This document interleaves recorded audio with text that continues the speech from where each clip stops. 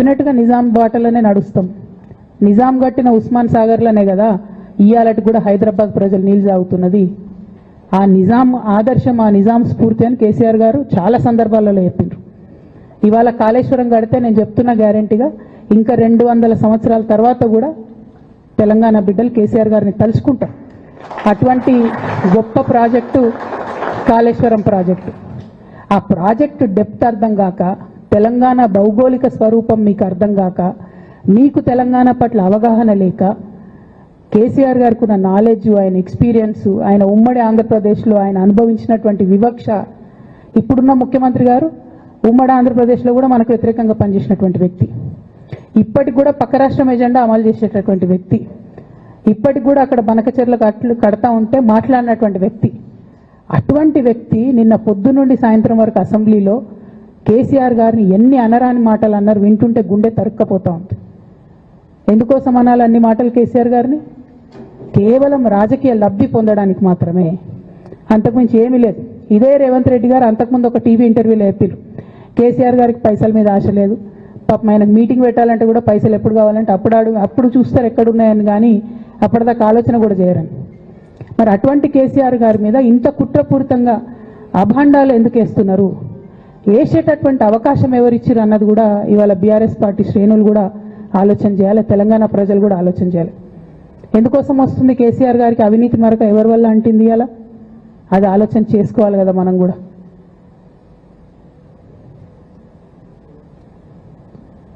కొంతమంది కేసీఆర్ గారి పక్కన ఉన్నటువంటి వాళ్ళు కేసీఆర్ గారి పేరు చెప్పుకొని అనేక రకాలుగా లబ్ధి పొంది వారు చేసినటువంటి అనేక చెత్త పనుల వల్ల ఇవాళ కేసీఆర్ గారి పేరు బద్నామయ్యే పరిస్థితి వచ్చింది.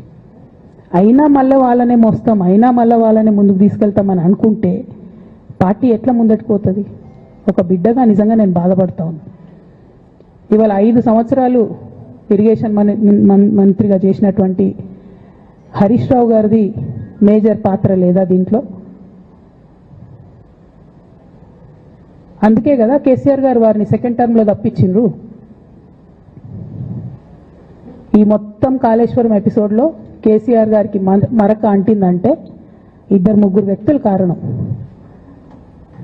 మాజీ రాజ్యసభ సభ్యుడు ఒకలైతే, హరీష్ రావు గారు ఒకలైతే, మేఘా కృష్ణారెడ్డి గారు ఇంకోటి, మేఘానో బోగానో ఏదో, ఈ పెద్ద పెద్ద కాంట్రాక్టర్లు అందరితో కుమ్మక్కై కేసీఆర్ గారు ప్రజల కోసం ఆలోచన చేస్తే, నీళ్ల కోసం ఆలోచన చేస్తే, వీళ్ళు సొంత వనరుల కోసం, డెవలప్మెంట్ కోసం, ఆస్తులు పెంచుకోవడం కోసం ఆలోచన చేసి ఇవాళ మీ వల్ల రేవంత్ రెడ్డి లాంటి వ్యక్తి, తెలంగాణ ఉద్యమానికి సంబంధం లేని వ్యక్తి, కేసీఆర్ గారి కాలి గోటికి సరిపోని వ్యక్తి, ఆయన నిలబడి కేసీఆర్ గారిని చేయెత్తి చూపించి కేసీఆర్ గారి మీద సిబిఐ ఇవాళ నేను వేస్తా అని చెప్తున్నాడంటే కారణం ఎవరు దీనికి?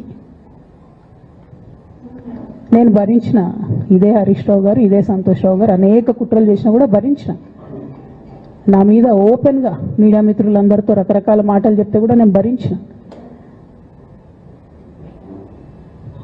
నా పర్సనల్ అటాక్కి నేను ఎప్పుడు కూడా వాళ్ళను ఇంతవరకు పేరు పెట్టి పిలవలేదు, మాట్లాడలేదు. ఫస్ట్ టైం చెప్తున్నా నేను. ఎందుకోసం చెప్తున్నా? కేసీఆర్ గారికి ఈ వయసులో సిబిఐ ఎంక్వైరీ ఏందండి? ఎందుకోసం ఆ కర్మ పట్టింది? ఎందుకు భరించాలి? ఇటువంటి వాళ్ళని చూస్తూ ఎందుకోసం ప్రొటెక్ట్ చేసుకోవాలి? బీఆర్ఎస్ పార్టీ తమ్ముల కోపం రావచ్చు, కానీ వాస్తవాలు చేదుగున్నా అప్పుడప్పుడు మాట్లాడుకుంటేనే, మందు తీసుకుంటేనే ఆరోగ్యం మంచిగా అవుతుంది. ఇట్లా చెప్పుకుంటూ పోతే చాలా చాలా అంశాలు ఉన్నాయి. వాటన్నిటి జోలికి నేను పోదలుచుకోలేదు. కానీ కేసీఆర్ గారు హిమాలయ పర్వతం అంత ఎత్తు లాంటి పర్సనాలిటీ ఆయనది. ఆయనను చేయబెట్టి చూపించి అవినీతి అని అంటే నిజంగా చాలా బాధ అవుతా ఉన్నది. ఎందుకంటే నా పెళ్ళి చేయడానికి కూడా ఇబ్బంది పడ్డటువంటి వ్యక్తి ఆయన. రాజకీయాలలో 40-50 ఏళ్ళు ఉంటే కూడా ఆస్తులు సంపాదించుకోలే కేసీఆర్ గారు. అనేక మంది అలా మాట్లాడుతుంటారు, చాలా మాటలు మాట్లాడుతుంటారు, కానీ నాకు తెలుసు, నేను దగ్గరుండి ఆర్థిక పరిస్థితి చూసిన కాబట్టి ఎన్నడూ ఆయనకు ఆశ లేదు. అటువంటి మనిషిని పట్టుకొని సిబిఐ ఎంక్వైరీ ఇస్తాం, ఇదేస్తాం, అదేస్తాం. ఎవరు కారణం దీనికి అంతటికి? ఈ చేతగాని కాంగ్రెస్ ప్రభుత్వం మీ ఏసీబీ వాళ్ళు పోయి కాళేశ్వరంలో పనిచేసిన 3 ఇంజనీర్లను పట్టుకుంటే ఒక్కొక్క ఇంజనీర్ దగ్గర 100 కోట్ల ఆస్తులు వెళ్తే మీకు ఎందుకు ఎంక్వైరీ చేసే దమ్ము లేదు? వాళ్ళు వెనకాల ఎవరున్నారో ఎందుకు ఎంక్వైరీ చేస్తలేరు? ఖచ్చితంగా నేను ఇవాళ చెప్తా ఉన్నా, హరీష్ రావు గారు వెనుక, సంతోష్ రావు గారు వెనుక రేవంత్ రెడ్డి గారు ఉన్నారు. వాళ్ళని ఖచ్చితంగా కాపాడతారు అన్ని విషయాలను. వాళ్ళని ఏమనరు, వాళ్ళ గురించి ఏం మాట్లాడరు. బాణం ఎంతసేపు కేసీఆర్ గారి మీద ఉంటుంది. కేసీఆర్ గారిని మాట్లాడాలి, కేసీఆర్ గారిని బదనాం చేయాలి. కానీ దగ్గరుండి ఈ అవినీతి అనకొండలు బీఆర్ఎస్ పార్టీని ఏదైతే డిస్టర్బ్ చేసిండ్రో వాళ్ళని మాత్రం ఏమనరు. ఈ ఇంటర్నల్ అండర్స్టాండింగ్ అనేది ఎక్స్పోజ్ కావాలి. రేపటి నుంచి నేను ఛాలెంజ్ చేసి చెప్తున్నా కదా, రేపటి నుంచి ఏం మాట్లాడతారు తెలుసా? ఈ మొత్తం బ్యాచ్లన్నిటికీ సోషల్ మీడియా బ్యాచ్లు ఉన్నాయి. వీళ్ళందరికీ బాగా చాలా చాలా బ్యాచ్లు ఉన్నాయి. వాళ్ళంతా రేపటి నుంచి ఏమంటారు? నన్ను ఒకళ్ళు బీజేపీ ఆపరేట్ చేస్తుందంటారు, ఒకళ్ళు కాంగ్రెస్ ఆపరేట్ చేస్తుందంటారు, ఒకళ్ళు రేవంత్ రెడ్డి చెప్తే మాట్లాడుతుందంటారు, ఇంకోళ్ళు బండి సంజయ్ చెప్తే మాట్లాడుతుందంటారు. ఖబర్దార్ బిడ్డ, నేను ఎవరు చెప్తే ఆడేటటువంటి తోలుబొమ్మని కాదు. నాది నాది నాది నాది కేసీఆర్ బ్లడ్, నాది తెలంగాణ బ్లడ్. ఇండిపెండెంట్గా నేను అనుకున్న విషయాన్ని చెప్తున్నాను. దానికి పొలిటికల్గా ఇబ్బంది అయినా, కష్టమైనా, నష్టమైనా నేనే భరిస్తా. కానీ దేవుళ్ళ లాంటి మా నాన్నను ఇవాళ సిబిఐ ఎంక్వైరీ చేసిండ్రంటే కడుపు రగులుకపోతా ఉంది ఒక బిడ్డగా. అందుకే చెప్తున్నా, ఇన్ని రోజులు చెప్పలే. ఆ మధ్యలో పోయినసారి నా కొడుకు గ్రాడ్యుయేట్ అయినప్పుడు వచ్చినప్పుడు నేను మా నాన్నకు రాసుకున్న లెటర్ లీక్ చేస్తే కూడా ఆ 70, 80, 90 రోజుల నాకు నరకం చూపిస్తున్నారు. ప్రతిరోజు సోషల్ మీడియాలో ఇష్టం వచ్చినట్టు రాపిస్తున్నారు. ఎప్పుడు వీళ్ళ పేర్లు తీసుకోలే, ఇష్టం వచ్చినట్టు ప్రెస్ వాళ్ళకు మాట్లాడుతూ చాలా విషయాలు చెప్తున్నారు. ఎప్పుడు వాళ్ళ పేర్లు తీసుకోలే. ఇలా తీసుకుంటున్నా, ఎందుకంటే విషయం నాది కాదు, ఇది తెలంగాణ పరువు ప్రతిష్టకు సంబంధించిన విషయం. ఇలా దేశంలో ఏ మూలకు పోయినా, ఎక్కడికి పోయినా కేసీఆర్ అంటే ఒక మహానాయకుడు, త్యాగం చేసిన నాయకుడు అని చెప్పి మాట్లాడతారు. రేపటి నుంచి ఏం మాట్లాడతారు? సిబిఐ ఎంక్వైరీ చేస్తే ఏం మాట్లాడతారు? కేసీఆర్ అంటే సిబిఐ కేసు అంటారు. మా నాన్న పరువు పోతే నాకా బాధ, మీకా? మీకు పైసలు కావాలి కదా, మీకు పేరుతోనేం పని? ఇంకా కూడా ఈ విషయాలు అర్థం చేసుకోకుండా, ఇంకా కూడా ఇటువంటి వ్యక్తుల్ని దూరం పెట్టుకోకుండా ఉంటే ఇక కేసీఆర్ గారి మీద సిబిఐ కేసు వేసేటటువంటి స్థాయికి వచ్చినాక ఏం పార్టీ ఉంటేంది పోతే. బీఆర్ఎస్ పార్టీ నాయకులు నన్ను తిట్టుకున్నా సరే, లోకల్ బాడీ ఎన్నికలలో నాకు నష్టం జరుగుతుంది అనుకున్నా సరే, మా నాన్న మీద సిబిఐ ఎంక్వైరీ పడ్డాక ఏముంది, తొక్కల ఎలక్షన్ ఒకటి గెలుస్తారు, ఒకటి ఓడిపోతారు. అసలు ఓడిపోయే పరిస్థితి ఎట్లా వచ్చింది? ఇటువంటి దుర్మార్గుల వల్ల కాదా వచ్చింది? ఆలోచన చేసుకోవాలి కదా. ఓ అంటే నా దగ్గర పైసలు ఉన్నాయి, టీవీలు ఉన్నాయి, సోషల్ మీడియాలు ఉన్నాయి, ఏటు పడితే అటు మాట్లాడతామంటే తోలు తీస్తాం చెప్తున్నా నేను. గీత గీసుకుంటాం బిడ్డ. మీరు ఒక్క కమెంట్ పెడితే మేము 10 చేస్తాం. ఏది పడితే అది మాట్లాడచ్చు సోషల్ మీడియాలో అనుకుంటూ చూసుకుంటూ ఊరుకుంటున్నా.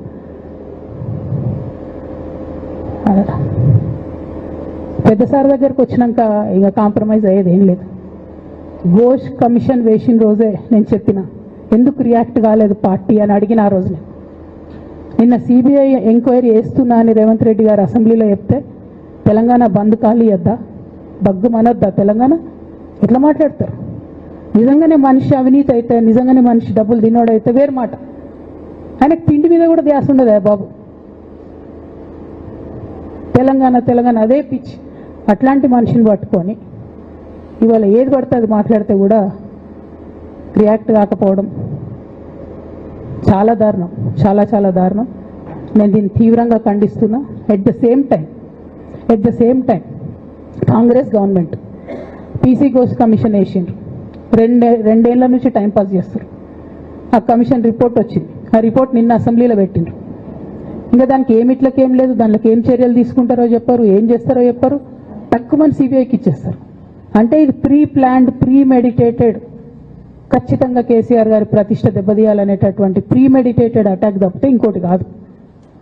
ఇన్ని ఏజెన్సీస్ ఉన్నాయి రాష్ట్ర ప్రభుత్వంలో. మీ ఏసీబీకే దొరికింది కదా ఇదే కాళేశ్వరంలో అవినీతి తిమంగళాలు. ఏమైంది అది? ఏమైంది ఆ రిపోర్ట్? ఏమైంది? వాళ్ళ మీద చర్యలు ఏమైనాయి? దాని కంక్లూజన్ ఏంది? ఒక్క చిన్న ఎంక్వైరీ కూడా ఇప్పటివరకు కంక్లూడ్ చేయలేదు కాంగ్రెస్ గవర్నమెంట్. ప్రచారం ఎక్కువ, పని తక్కువ. ఎప్పుడైనా మీ తప్పిదాలు బయటపడుతున్నాయి అనుకుంటే, ఎప్పుడన్నా ప్రజలు తిరగబడతారు అనుకుంటే వెంటనే ఒక రిపోర్ట్ వేయాలి, వెంటనే కేసీఆర్ మీద ఒక ఆరోపణ చేయాలి. ఇప్పటికి కూడా రేవంత్ రెడ్డి గారికి కేసీఆర్ గారి పేరు చెప్పుకోకపోతే ఆయన ఫోటో కూడా పేపర్లో వేరేమని భయం పాపం. అందుకని ఆయన రోజు పొద్దుగాలేస్తే కేసీఆర్ని తిట్టుడే తప్పితే ఇంతవరకు కూడా వేరే ఆలోచన చేయడం లేదు. మేము డిమాండ్ చేస్తూ ఉన్నాం కాంగ్రెస్ ప్రభుత్వాన్ని, మీరు బట్టగాల్చి మీదేసినట్టు ఆరోపణలు వేయడం కాదు, మీకు దమ్ము ధైర్యం ఉంటే నేను పేర్లు కూడా చెప్పిన, చూడండి ఎక్కడి వరకు పోతారో చూస్తాం. మీకు అండర్స్టాండింగ్ లేకపోతే మీకు అండర్స్టాండింగ్ పెట్టుకొని కేసీఆర్ గారిని టార్గెట్ చేయడం ఇది పొలిటికల్గా కరెక్ట్ కాదు. మన రాష్ట్రంలో ఇటువంటి వాతావరణం ఇదివరకు లేకుండే, రేపు పొద్దున కూడా ఉండొద్దని చెప్పి నేను కోరుతాను. కాంగ్రెస్ ప్రభుత్వం కేవలం కాళేశ్వరం విషయమే కాదు, బీసీల విషయంలో ఎంతగా మోసం చేస్తున్నారు. ఫస్ట్ ఏమో బిల్లు పెడతారు, మేమందరం లొల్లి పెడితే టైంపాస్ చేసి 1.5 year తర్వాత బిల్లు పెట్టిరు. బిల్లు పెడితే కనీసం గవర్నర్ దగ్గర పోరు, కనీసం రాష్ట్రపతి దగ్గర పోరు, ప్రధానమంత్రి దగ్గర పోరు. గవర్నర్ పెండింగ్ పెట్టుకుంటే ఎందుకు సుప్రీంకోర్టు కోతలేరు? ఇంకా కూడా మళ్ళీ ఛాలెంజ్ చేసి అడుగుతా ఉన్నాను నేను, ఎందుకు సుప్రీంకోర్టు కోతలేరు? మీరు September 30 లోపల ఎన్నికలు చేస్తామని చెప్పిండ్రు. September 30 లోపల సుప్రీంకోర్టుకు పోండి. డీమ్ టు బి అప్రూవ్డ్ అనుకుంటే ఇదే ఎలక్షన్లో బెనిఫిట్ అవుతుంది కదా బీసీలకు. ఆ తర్వాత ఇంకొక ఆర్డినెన్స్ తెచ్చిరు, అది పెండింగ్ ఉంది గవర్నర్ దగ్గర. కనీసం దాని మీద సుప్రీంకోర్టు కోండి, దాని మీద కూడా పోతలేరు. మళ్ళీ నిన్న కొత్త కథ 50% స్లాబ్ ఎత్తేస్తామట. కామెడీ రోజు రోజుకి ఏంది ఇది? ఎందుకోసం అంటే ఇదంతా బీహార్లో ఎన్నికలు అవుతున్నాయి. వాళ్ళ రాహుల్ గాంధీ గారి పిఆర్ యాక్టివిటీకి రోజు ముచ్చడి చెప్పాలి ఆయన. ఇక్కడ వీళ్ళు నిన్న 50% క్యాప్ ఎత్తేస్తున్నామని కొత్త కథ ఎత్తిండ్రు. మీరు చూడుని రేపెల్లుండి నుంచి రాహుల్ గాంధీ బీహార్లో ఏం మాట్లాడతాడు, హమ్నే 50% సీట్ తోడది అంటాడు ఆయన బీహార్ ఎన్నికలలో. ఆయన అక్కడ చెప్పుకోవాలి కాబట్టి పిఆర్ యాక్టివిటీ కోసం వీళ్ళు ఇక్కడ చేస్తున్నారు తప్పితే, బీహార్ ఎన్నికల కోసం తెలంగాణ బీసీ బిడ్డలను బలిపెడుతున్నారు రేవంత్ రెడ్డి గారు తప్పితే, నిజంగా చిత్తశుద్ధితోని బీసీలకు ఏదైనా బెనిఫిట్ చేద్దామనే ఉద్దేశమే మీకు లేదు. అటువంటి ఉద్దేశం మీకు ఉంటే మీ వైఖరి ఇట్లా ఉండదు. కేవలం కాంగ్రెస్ పార్టీ బీసీలను నయవంచన చేస్తున్నది. మీరు ఇట్లనే చేస్తుంటే బీహార్ ఎన్నికలు వస్తే మేము తెలంగాణ జాగృతి మొత్తం పోయి బీహార్లో మీకు వ్యతిరేకంగా ప్రచారం చేస్తాం. తెలంగాణ బీసీలను మీరు మోసం చేసిరని చెప్పి అక్కడికి పోయి కూడా మీకు ప్రచారం చేస్తాం. మీ యొక్క బండారం కూడా బయట పెడతామని ఈ సందర్భంగా నేను తెలియజేస్తా ఉన్నా. బీసీల విషయమైనా కాళేశ్వరం విషయమైనా చిత్తశుద్ధి లేనటువంటి కాంగ్రెస్ పార్టీని ఖచ్చితంగా మీ వైఖరిని ఎండగడతామని చెప్పి తెలియజేస్తూ, సిబిఐ ఎంక్వైరీ చేసుకున్నా మీరు ఏ ఎంక్వైరీ చేసుకున్నా కేసీఆర్ గారు మాత్రం కడిగిన ముత్యంలాగా బయటకు వస్తారని మళ్ళొకసారి తెలియజేసుకుంటూ